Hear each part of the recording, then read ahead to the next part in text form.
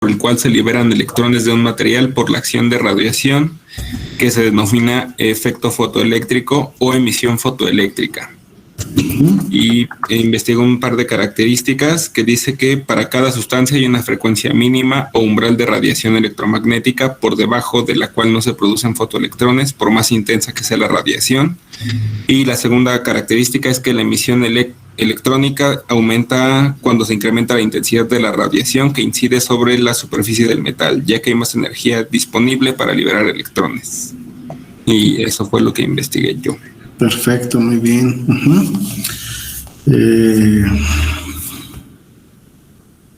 Ok.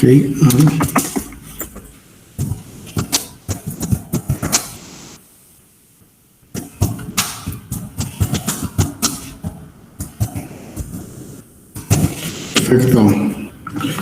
¿Alguien más?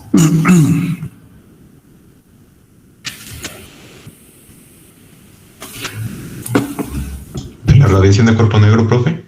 A ver, sí, adelante. Yo investigué que se refiere a la emisión continua de energía desde la superficie de cualquier cuerpo. Esta energía se denomina radiante y es transportada por las ondas electromagnéticas que viajan en el vacío a la velocidad de la luz. Sí.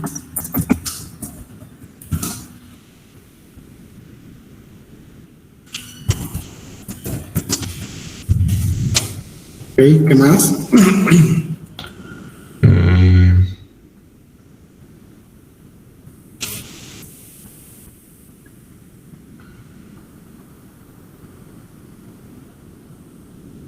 Que sobre la superficie de un cuerpo incide constantemente energía radiante, una parte de la cual se refleja y la otra se transmite. Ok, hay absorción y emisión.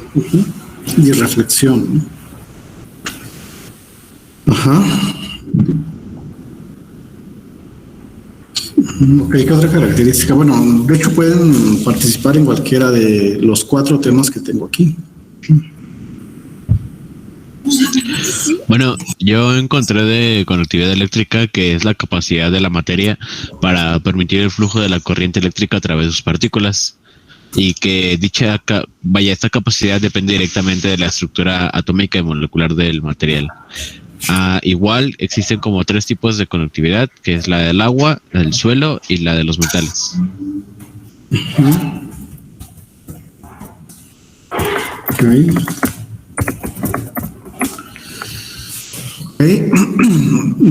Ok, muy bien, nos falta uno, ¿no? Para poder tener algo.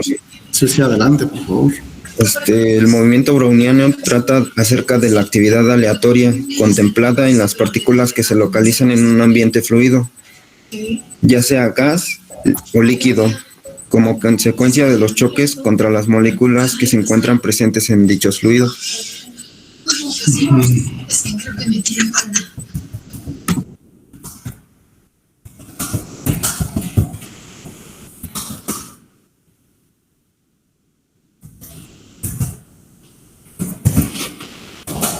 Pueden ser líquidos o gases.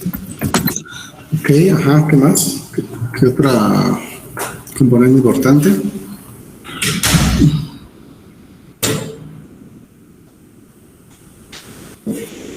Bueno, más o menos supongo que todos tienen la misma idea. Ahora la pregunta es, aquí me faltaron anotar algunas palabras que ustedes mencionaron, pero me parece que la idea clave está reflejada aquí. El siguiente pregunta sería, bueno, entonces, ¿por qué estas situaciones no tienen solución?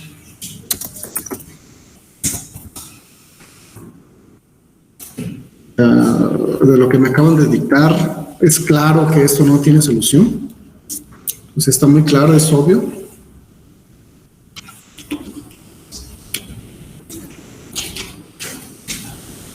¿Dónde está el problema? ¿Dónde está la situación?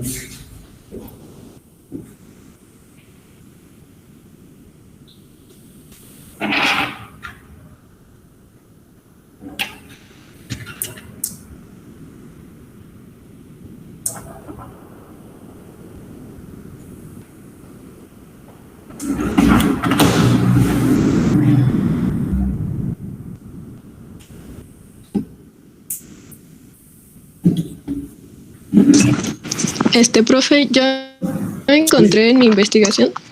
Sí. Ok, bueno, en mi investigación yo encontré que la ciencia llegó a un punto complicado porque se conocían muchos efectos de la luz, sin embargo, uno solamente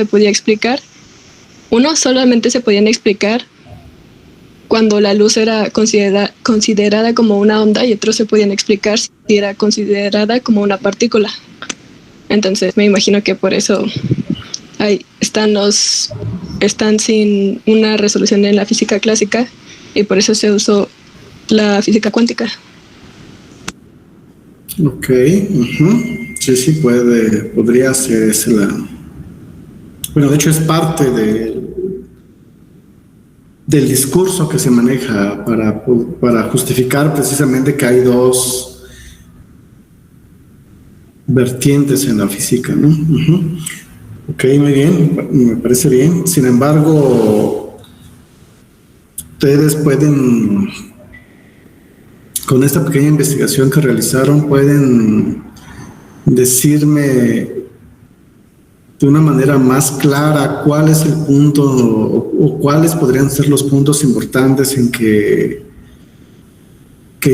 provocan que tiene que nacer una nueva ciencia, porque hay un problema que no se puede explicar, o existen 4 problemas que no se pueden explicar con la física clásica. Y cuando algo no se puede explicar, eso significa que algo en esa teoría falla, ¿no? O sea, algo de la teoría clásica está fallando. En su investigación pudieron mirar cuáles son esas, puntualmente, qué teorías son las que están fallando y por qué fallan. Bueno, yo encontré 2 aspectos importantes en el primer caso, que es el efecto fotoeléctrico. Bueno, principalmente dicen que considerando el vector eléctrico oscilante, la onda luminosa aumenta en amplitud conforme aumenta la intensidad del haz luminoso. La fuerza aplicada del electrón, que pues bueno, es la que se le aplica en el experimento, dice que la energía cinética de los fotoelectrones también deberían aumentar de acuerdo al aumento de la intensidad del haz luminoso. Sin embargo, pues esto no pasa ya en el experimento, o sea, no concuerda con lo que dice o lo que plantearon en la teoría o en la hipótesis. Y pues en el experimento dice que pues el máximo es independiente de la intensidad y pues bueno, en la teoría pues no concuerda. Y el segundo aspecto sería, según la teoría ondulatoria, en el efecto fotoeléctrico debería ocurrir para cualquier frecuencia de la luz, tomando en cuenta solamente que la intensidad de la energía es necesaria para emitir los fotoelectrones. Los resultados experimentales muestran que para cada tipo de superficie material existe una frecuencia de corte característica tal que por debajo de esta está el efecto fotoeléctrico, y no ocurre sin importar la intensidad del haz luminoso. Entonces, bueno, son los 2 aspectos que yo había encontrado, que había leído respecto al primer caso.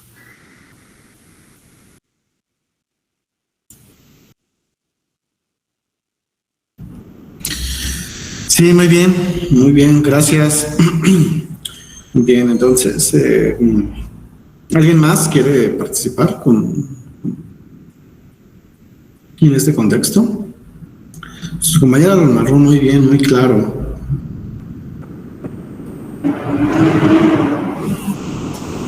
Bueno, se están violando 2 leyes básicas. Se viola en la mayoría de los aspectos, se viola las leyes de conservación de energía y ley de conservación del momento lineal. Esos 2 conceptos son los que se están violando, y además son situaciones muy, muy particulares en donde precisamente nos va a hablar de estos 2 conceptos importantes, que también se les quedó de tarea, pero ahorita yo lo voy a narrar. Vamos a narrarlo de la siguiente manera. Es decir, cuando estas 4 situaciones que están aquí no cumplen una teoría en donde participan estos 2 conceptos, masa y energía electromagnética. Cuando estos 2 conceptos interaccionan, cuando la materia interacciona con la energía electromagnética, esa interacción, la física clásica no tiene un modelo que explique esa interacción de la masa con la teoría electromagnética. Ese es uno de los principales problemas una de las principales complicaciones para estos 4 temas que están ahí, estos 4 problemas, que la teoría clásica no cuenta con un modelo que explique cómo interacciona la luz con la materia. Ese es uno de los problemas que se enfrentó la física de 1900, antes de 1900, en donde no contaba con una teoría. O sea, nadie se le había ocurrido, hasta ese momento, nadie había inventado una teoría donde interaccionara la luz con la materia. Ese es el primer punto donde hay que partir. Y si no existe tal teoría, es muy evidente, o bueno, podría ser muy evidente que las leyes que rigen la materia con masa y las leyes que rigen las ondas electromagnéticas, cuando interaccionan, cuando se juntan, es muy probable que no se acoplen. Entonces no hay una teoría de acoplamiento. En ese momento no existía una teoría de acoplamiento entre la energía de algo que no tiene masa con la energía de algo que sí tiene masa, y ese es un problema importante. Entonces es muy probable que existan violaciones a ciertas leyes fundamentales, y así fue como sucedió. Ese es el problema de partida, en donde no existe una teoría. O sea, si uno hace un resumen aquí, estos 4 problemas no tienen solución porque no hay una teoría de unificación que me explique la interacción de la radiación con la materia. Ese es el tema que da el origen a la mecánica cuántica. Entonces, no sé si quieren anotarlo, lo anotamos por aquí. O sea, ¿cuál es la conclusión de su investigación? Y eso es lo que, cuando ustedes les dejo una investigación de este tipo, me gustaría que pongan particular interés en esta parte. Entonces, no existe una teoría, o no existía una teoría que interprete la interacción de la radiación. Aquí voy a colocar partículas sin masa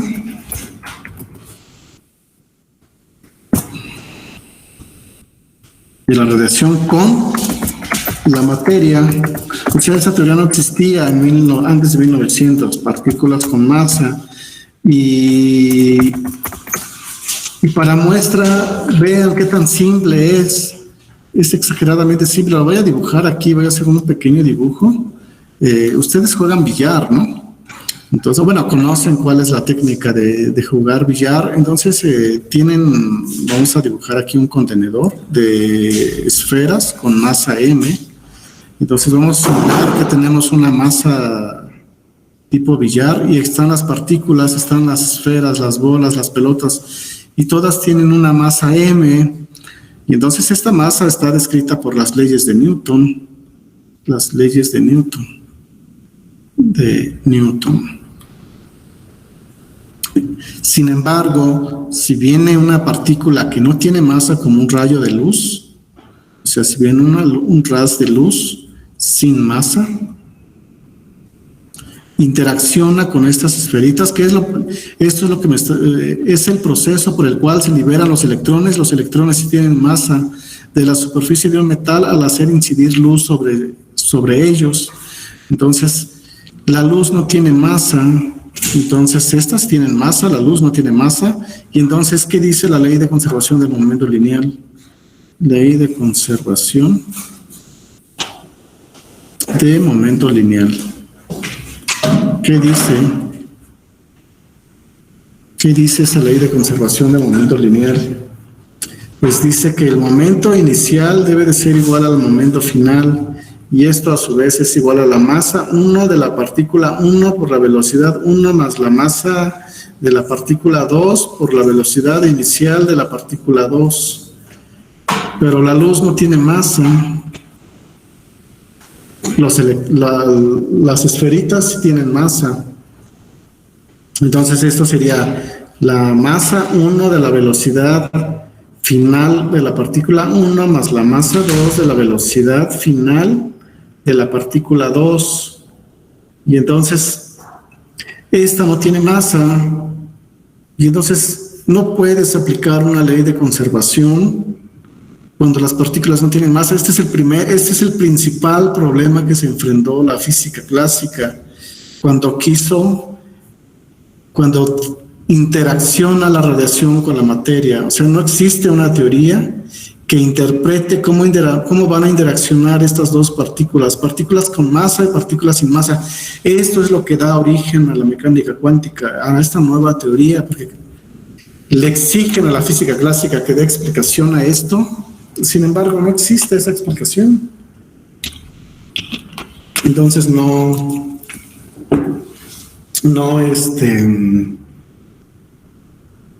pues no se detiene, porque trata por un lado, bueno, esto es las leyes de Newton, y por otro lado, esto es explicado por las ecuaciones de Maxwell, ¿no? Estas son las ecuaciones de Maxwell. Ecuaciones de Maxwell. Y Maxwell no se preocupó porque él solo se encargó de la radiación electromagnética. Él dijo partículas sin masa y lo demás no me interesa. Y Newton dijo solo partículas con masa y lo demás tampoco me interesa. Pero cuando resulta que la naturaleza es más grande que estas ecuaciones y la naturaleza hace que interaccionen. Y entonces cuando interaccionan se viola por un lado las leyes que gobiernan esto, y por otro, las partículas sin masa, y por otro lado se viola porque no existe la explicación para las partículas con las leyes de Newton. Entonces esto es lo que da inicio a la revolución.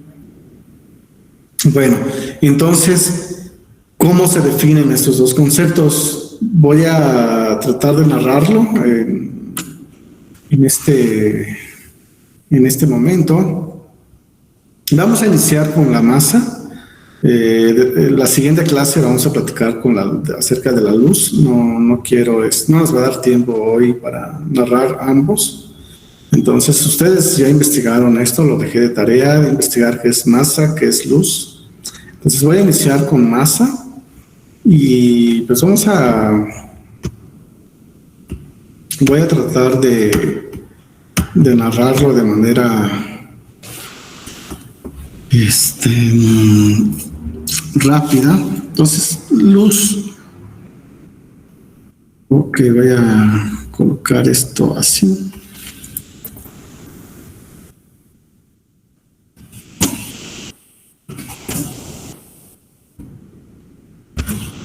Ok, entonces vamos a iniciar con la masa,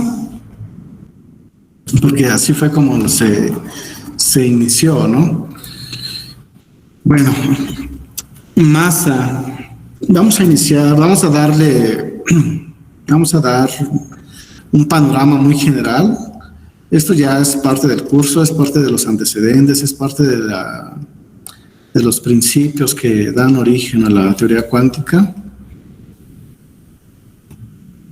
Masa, ¿qué es masa? Entonces, lo voy a dividir. ¿En cuánto espacio lo vamos a dividir? Vamos a dividirlo en 3. Entonces,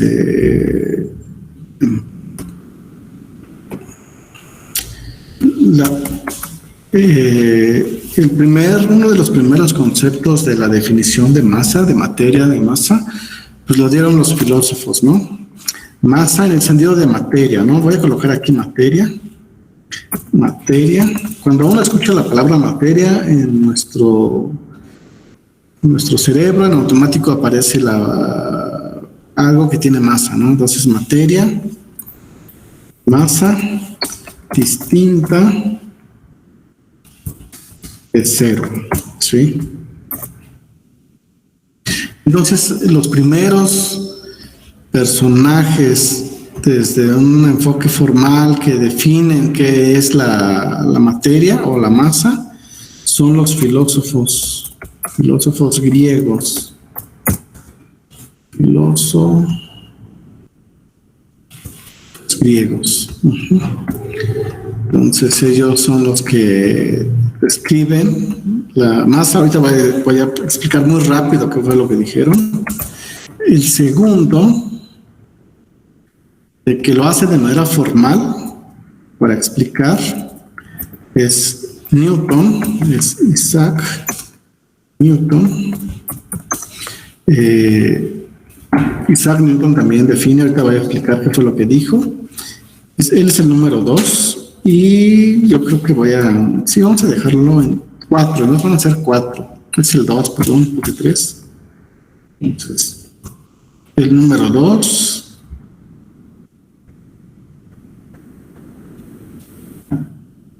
El número 2 sería 3, perdón. Serían los químicos, la química de 1600 a 1900, ¿no? También hay varios personajes. Este no es un curso de química, entonces no voy a platicarles de a detalle de todos ellos, voy a mencionar algunos conceptos importantes. La química también define qué es la materia, tiene la necesidad y la obligación de definir la materia. Y por último, cuatro. Vamos a colocar aquí punto número 4. La mecánica cuántica, que es la última, que es lo que vamos a ver nosotros. La mecánica cuántica redefine la materia. Entonces, y lo mismo aquí, si hago el resumen de la luz, vamos a igual hacerlo exactamente con la misma idea. Si hablamos de la luz, eso no lo voy a dar hoy, pero también la luz tiene sus épocas, y entonces también, esto no lo voy a hablar hoy, pero también lo vamos a dividir en 4 temas, ¿no? Pero no me quiero adelantar, nos vamos a regresar. ¿Qué fue lo que hablaron los filósofos griegos? Los filósofos griegos dijeron lo siguiente. Voy a escribirlo aquí. ¿Qué dijeron los filósofos griegos acerca de la materia, no? Entonces ellos dijeron que todo el universo está relleno de 4 elementos naturales, que son el agua, aire, fuego. Déjenme darle agua, aire, fuego. ¿Cuál es el otro? Tierra. Y ellos dijeron eso, ¿no? Y esto obviamente tiene masa, todos tienen masa. Entonces, que todo el universo está relleno de agua, aire, fuego y tierra. Y además ellos dicen que el átomo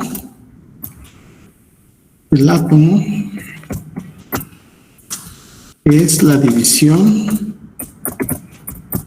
más pequeña. De hecho, de ahí viene la palabra átomo. El átomo es la división más pequeña de la materia. Algo importante es que no proporcionan información del tamaño del átomo. O sea, no proporcionan ninguna información acerca del tamaño de este átomo, ¿no? Entonces,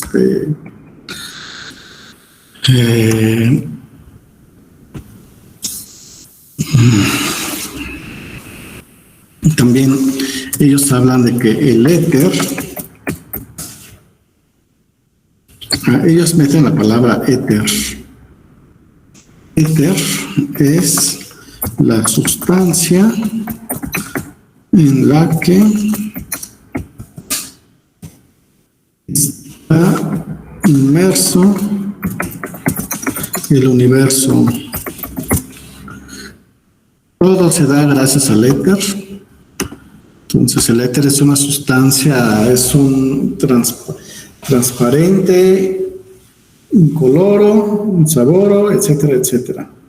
Entonces, el éter es una sustancia que está inmersa en todo el universo, ¿no? Entonces, para ellos, obviamente, todo esto tiene masa. Bueno, Y entonces, esta es una definición que tiene una época. Es un concepto completamente filosófico. Sin embargo, el punto 2, 3 y 4, ellos le dan un enfoque más científico, más enfocado a la parte de la ciencia. Y entonces, uno de los personajes importantes aquí es Newton. Entonces, no sé si ustedes lo investigaron, porque también lo dejé de tarea. Voy a quitar esto, pero voy a necesitar espacio.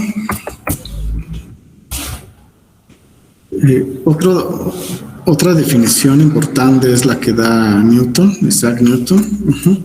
Y entonces, Newton, ¿qué dice? Bueno, ¿saben ustedes que para Newton qué es la masa? ¿Alguien me puede decir qué es la masa según Newton? O la materia, ¿no? ¿Qué es la materia para Newton?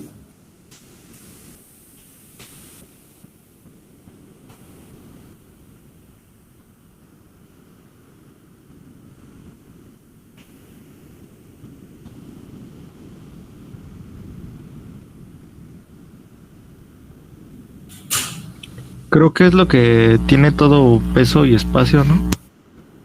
Peso y espacio. Y ocupa un espacio, ¿no? Ocupa un espacio, ok. Entonces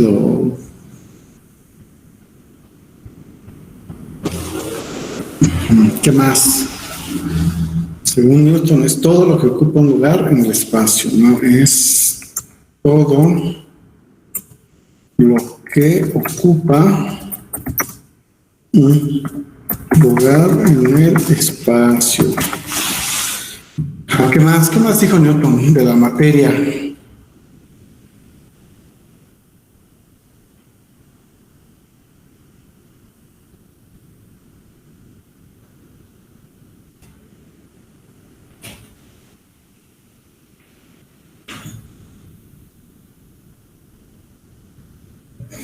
Bueno, entonces, bueno, si es la hora de la comida, ya les está dando hambre.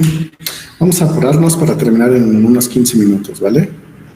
Entonces voy a anotar yo algunas, voy a pasar lista también, en unos 10 minutos paso lista. Ok, ¿qué dijo Newton de la materia? Muy bien, es todo lo que ocupa un lugar en el espacio. De hecho, esa es la definición que nos enseñan en la escuela, ¿no? Es la definición que aprendemos desde la primaria, desde nuestra formación académica básica. Recuerden que Newton hizo 3 leyes. ¿Alguien me pueden decir qué dicen las leyes de Newton? La primera, las leyes de Newton, ¿no? ¿Qué dicen las leyes? Esto lo voy a escribir porque no me va... Soy malo escribiendo, entonces mejor voy a insertar un cuadro de texto, ¿no? Entonces, ¿qué dicen las leyes de Newton?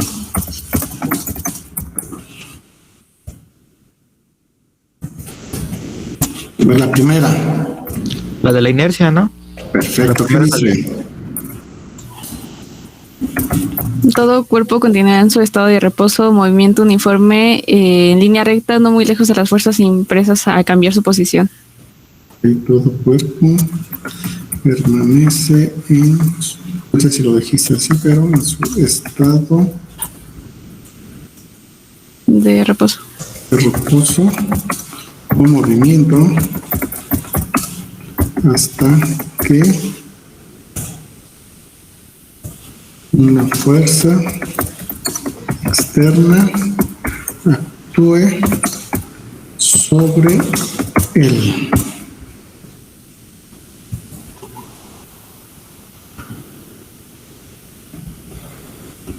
Ok, es la ley de la inercia. Todo cuerpo permanece en su estado de reposo o movimiento hasta que una fuerza externa actúe sobre él. Bueno, todo cuerpo, cuando él habla de cuerpo, se refiere a masa. Todo cuerpo, y aquí entre paréntesis le voy a poner partícula con masa. Con masa.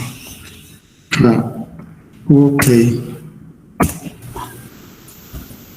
¿Qué dice la segunda ley? El cambio de movimiento es directamente proporcional a la fuerza motriz impresa. Y no me acuerdo la segunda parte. No sé cómo explicarla. A ver, ¿cuál quieres explicar? No, se me fueron las palabras. No te preocupes, no te pongas nerviosa.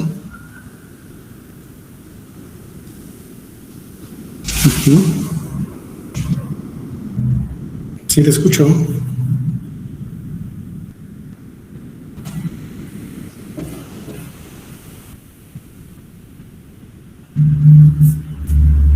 Es directamente proporcional a la fuerza aplicada. La fuerza es directamente proporcional A la fuerza aplicada. Ok.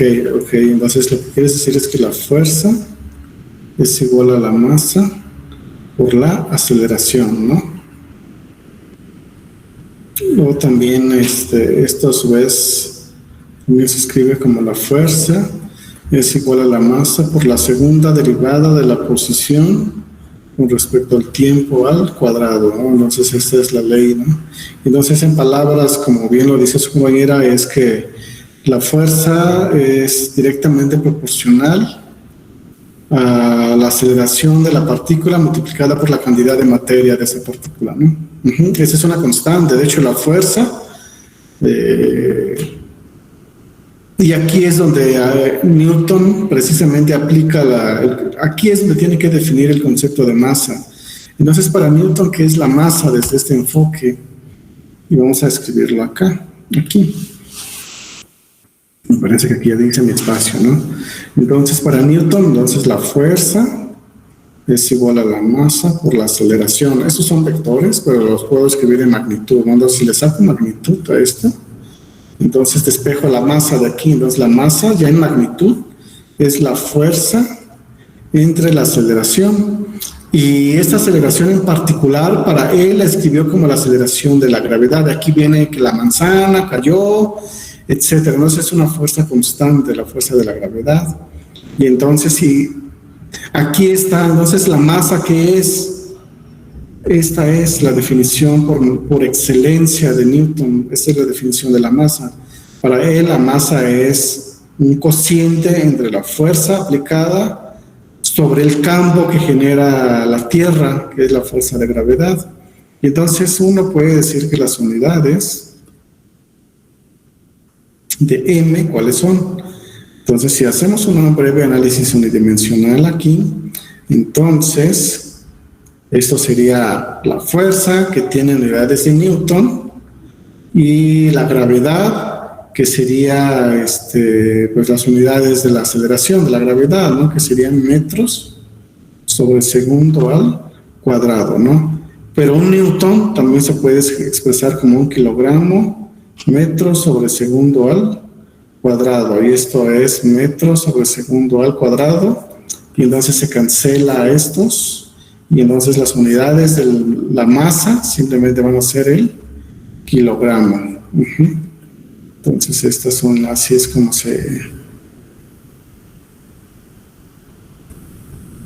Y entonces la masa sobre el kilogramo, ¿no? Entonces si yo quiero, y bueno, esto es lo que define el peso, y ya viene la palabra peso, que tiene que estar multiplicado por la gravedad. Inclusive si en esta forma original, si yo le aplico fuerza de gravedad, es igual a la masa por la aceleración de la gravedad, ¿no? Y esto me da el peso de este sistema. Cuando la masa lo multiplico por la gravedad, me da el peso, ¿no? Entonces,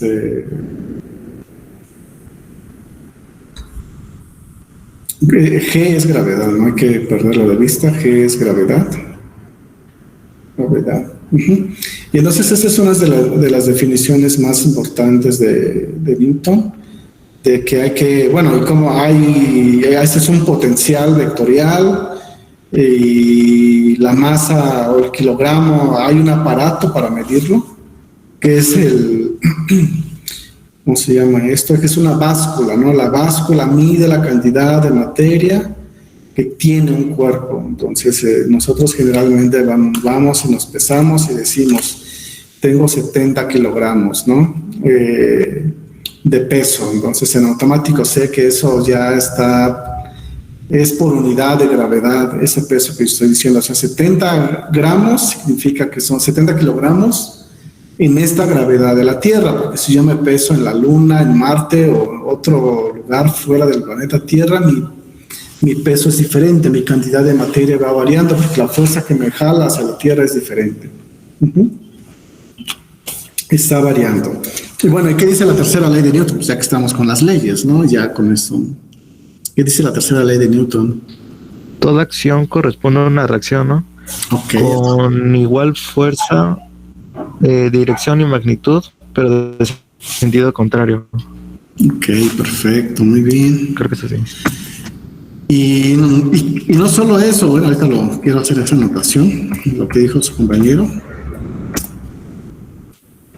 Sí, la tercera ley es también sobre quién se aplica esa acción.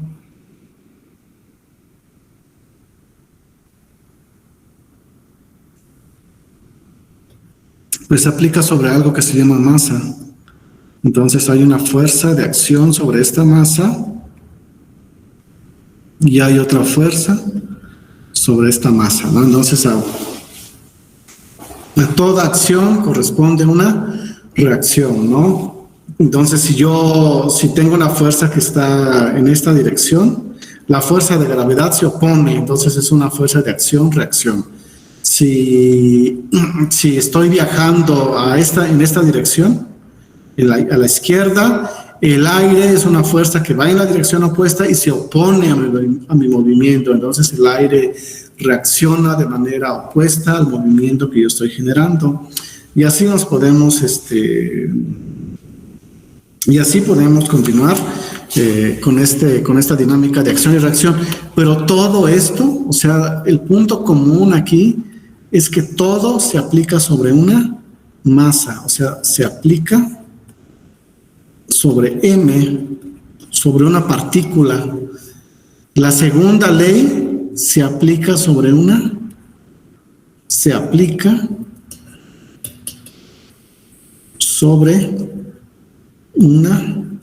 partícula con masa.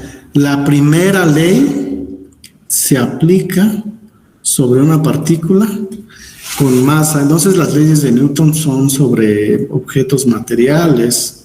Ajá. Y entonces esta definición dura muchos años hasta que llegan los químicos y entonces ellos precisan un poquito más la definición, pero antes de pasar a esta definición de los químicos, voy a pasar lista.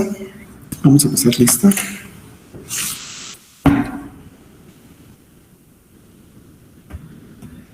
Mientras ustedes toman nota también, voy a...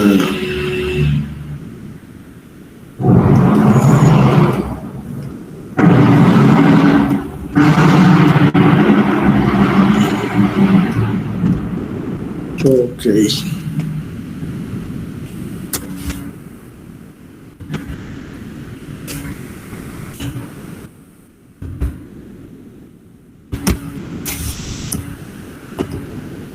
Estamos a 9.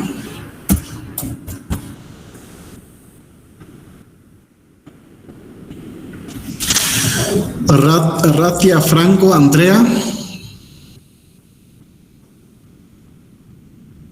¿Cómo está? Dijo que tenía problemas con su luz, profe. Ok, eso lo escribió en el chat. No, ¿verdad? ¿Cómo te enteraste de eso? Es que mandó al grupo en el que estamos de WhatsApp que tenía problemas de luz y que tenía poca batería. Ok, bueno, vamos a justificarle con medio asistencia hasta que ella confirme eso, ya le ponemos asistencia completo. Vadillo Vilchis. Presente. Gracias. Bernardino Linares. Presente, profe. Gracias. Calderón Mora. Presente. Gracias.